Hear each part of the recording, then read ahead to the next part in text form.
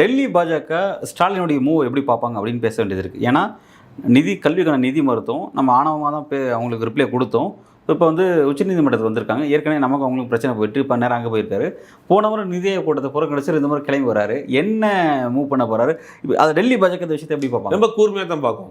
அவ்வளோ அசால்ட்டாகவும் பார்க்க மாட்டாங்க. ஏன்னா வந்து முதல் முறையாக வர்றாரு அப்படிங்கும்போது அதில் ஏதோ ஒரு இதோட தான் வர்றாரு, புதுசாக ஸ்கீமோட தான் வர்றாரு. அது எப்படி நிதி கேட்குறாரா என்னங்கிறது தெரியல.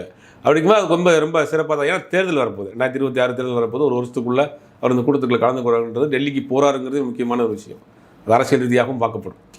சோனியா காந்தியை சந்திக்கலாம், காங்கிரஸ் கட்சி நிர்வாகிகளை சந்திக்கலாம், அகில இந்திய அளவில் இருக்கக்கூடிய இந்தியா கூட்டணி தலைவர்களை சந்திக்கலாம். தேர்தலை எப்படி எடுத்து கொண்டு போகலான்றாங்க. ஒரு நிகழ்ச்சிக்கு போகிறாங்க, அதுக்கு கொண்டு போக மாட்டார். பல்வேறு விஷயங்களை சுற்றி இருக்கும். அதையெல்லாம் வந்து பாஜக கவனிக்கும். டெல்லி வர்றாருன்னா யாரை சந்திக்கிறாரு, 2026 தேர்தலுக்கு அவங்க என்னென்ன மாதிரியான விஷயங்கள் அங்கே பண்ணுறாங்க, அகில இந்தியாவில் இந்தியா கூட்டணி இங்கே தமிழ்நாட்டில் எப்படி அவங்க ஃபார்ம் பண்ண போகிறாங்க அப்படிங்கிற பல விஷயங்கள் இருக்கும்.